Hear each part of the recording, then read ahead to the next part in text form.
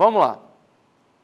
Exclusão do crime não constitui injúria ou difamação punível. Então, o que o legislador falou assim? Não é injúria e não tem difamação a ser punido. A ofensa irrogada em juízo, em discussão de causa, pela parte ou por seu procurador. Senhores, vocês têm dúvida que quando eu tenho uma audiência judicial, uma audiência civil, uma audiência de família, da vara de família, eu tenho partes com interesses opostos. E por vezes, e não raras as vezes, essas partes estão com ânimos exaltados. Isso quer dizer que naquela discussão, de repente, a parte se exaltou demais e acabou por cometer uma injúria ali. Não é?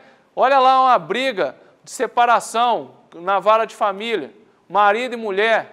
Aí, de repente, a mulher levanta e fala, você é um chifrudo, você foi chifrudo a vida inteira. Isso é uma injúria, seria, se não fosse relacionada à discussão da causa. Se não fosse algo que fizesse parte da própria discussão que está acontecendo ali em juízo. Então, neste caso, o legislador considerou isso aqui como não constituindo o crime contra a honra. Perfeito? A opinião desfavorável de crítica literária, artística ou científica, salvo quando inequívoca a intenção de injuriar ou difamar. Meus amigos, liberdade de expressão. A Constituição garante isso. Quando eu não conseguir comprovar que a intenção daquele meio de comunicação, por exemplo, é injuriar ou difamar, que ele teve o dolo de desprestigiar, eu não posso falar em crime, porque senão, senhores, a crítica literária vem, emite uma opinião desfavorável, toda hora era uma ação por conta de crime contra a honra, não é? Então o legislador tira isso aqui e fala assim, ó, se você conseguir demonstrar que aquele meio de comunicação, aquela crítica tinha a intenção, essa intenção foi dolosa, aí eu estou diante do crime. Fora disso, não há que se falar no crime. Inciso 3º, o conceito desfavorável emitido por funcionário público em apreciação ou informação que preste no cumprimento do dever de ofício. Senhores, o funcionário público, ele tem a determinação de cumprir o seu ofício. Imaginem que eu vá pedir uma certidão do meu tempo de serviço, de como eu fui servidor público na minha instituição, e aí o funcionário público que é responsável por realizar a certidão, por emitir a certidão, por copiar sobre a minha carreira na instituição, ele emite um parecer desfavorável, falando que não, que eu fui sempre um funcionário desrespeitoso, deselegante, ok? Nunca cumpri com minhas funções, tenho essa e aquela punição. Ah, não, por conta disso eu me senti ofendido. Ação de crime contra a honra. Não, isso era dever daquele funcionário. Ele não inventou nada, ele só está certificando. Perfeito? Então, isso aqui também não constitui crime. Nos casos dos incisos 1 e 3, responde pela injúria ou pela divulgação quem lhe dá publicidade. É diferente. Olha aqui, ó, o 3, por exemplo. Vamos colocar que eu fui lá pedir uma certidão de como que foi o meu tempo de serviço durante alguns anos no Estado. A emissão daquela certidão é feita pelo funcionário público com dever de ofício. Bacana, ele fez aquilo, não responde porque ele está amparado pela lei, só está cumprindo o ofício dele, não é crime. Mas digamos que uma terceira pessoa vai lá e dá publicidade, aí tira foto e manda por WhatsApp sobre a minha conduta. Não, aquele que divulgou, ele tem que responder. Perfeito? Então é ele que tem que responder, não o funcionário público. Senhores, agora a questão da retratação. Olha que interessante, 143. O querelado que antes da sentença se retrata cabalmente da calúnia ou difamação fica isento de pena. Querelado e querelante são termos utilizados por quê? Porque o crime contra a honra é um crime de ação penal privada. Então existe a queixa. Quando eu entro com esse crime, eu apresento uma queixa. Queixa-crime. Então é por isso que quem entra, querelante. Quem é demandado, aquele que a princípio cometeu o crime, é o querelado. Então se o querelado, antes do juiz sentenciar, se ele se retratar da calúnia ou difamação, ele fica isento de pena. Se ele se retratar é o quê? Se ele falar, não, eu fiz isso mesmo, mas você me desculpa, se eu fiz isso pelo WhatsApp, eu vou reverter pelo WhatsApp, vou passar as informações me retratando, falando que não foi isso, que não foi o Joãozinho que furtou a bicicleta do Antônio, perfeito? Ele fica isento de pena.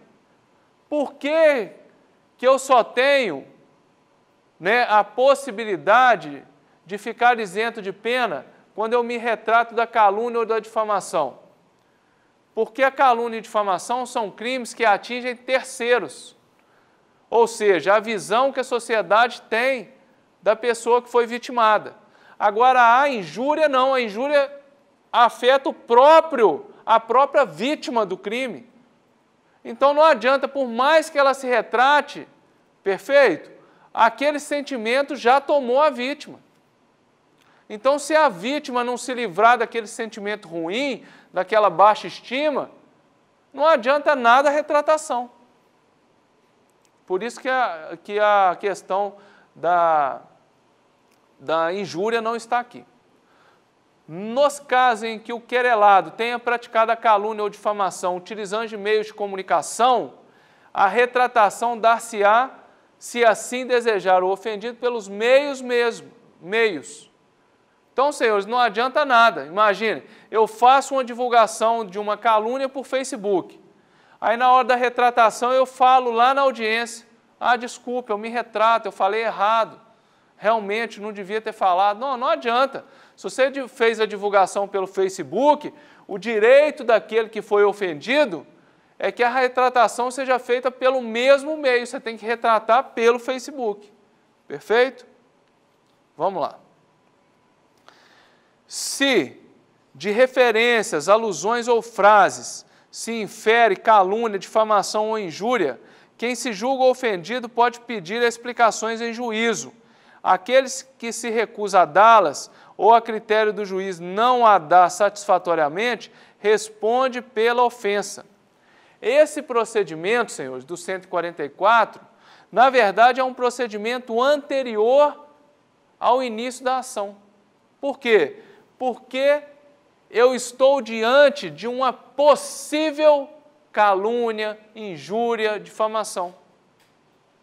A frase que o autor do crime utilizou é dúbia. O entendimento que ele deixou ali é dúbio. Comporta o crime ou pode não comportar. Perfeito? Então, antes de entrar com a ação, o juiz instaura um procedimento inicial. Chama como medida preliminar, não é? Aquelas pessoas envolvidas e fala o que você, possível autor do crime, quis dizer com essa frase. Se ele se explicar e for a contento, ok?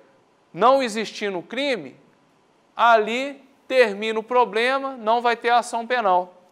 Agora, se ele não se explicar, ou se ele dá a explicação, mas a explicação ainda continua sendo vaga, aí o autor do crime pode entrar com a ação normalmente. Tranquilo? Vamos lá.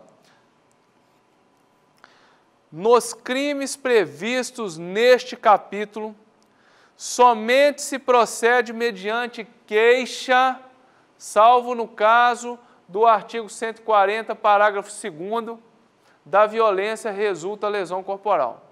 Então, vamos lá. Senhores, a regra é a ação penal privada. toda vez que o Código falar que o crime se procede mediante queixa, eu vou estar diante de um crime de ação penal privada. Quem entra com essa ação na justiça é o advogado da vítima. É o advogado daquele que se sente lesado. Então, aqui eu não tenho participação do Ministério Público, não. Ok? A exceção que a gente tem aqui, ó, que não é ação penal privada, é quando daquela violência, né? Por exemplo, a injúria praticada por aquele tapa que nós falamos no rosto, ela resulta lesão corporal. Se resultou lesão corporal, a ação penal passa a ser pública e incondicionada. Ou seja, querendo ou não querendo a vítima, o processo vai ter seu segmento. Vai seguir, o Ministério Público é que entra com a ação. Procede-se mediante requisição do ministro da Justiça, no caso do inciso 1º do 141 deste Código, e mediante representação do ofendido, no caso do inciso 2º do mesmo artigo, bem como nos casos do parágrafo 3º e 140 deste Código. Então, vamos lá.